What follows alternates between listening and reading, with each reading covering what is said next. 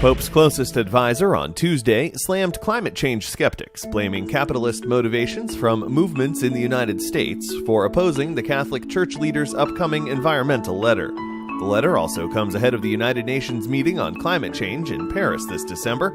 At a news conference in Rome marking the start of the Caritas Internationalis, an annual meeting of Catholic charitable groups, the Boston Globe reports that Cardinal Oscar Rodriguez Maradiaga said the ideology surrounding environmental issues is too tied to a capitalism that doesn't want to stop ruining the environment because they don't want to give up their profits. Pope Francis is expected to issue his encyclical letter on the environment this year, and Rodriguez said many within and outside the Catholic Church are looking forward to it with hope. The letter also comes ahead of the United Nations meeting on climate change in Paris this December.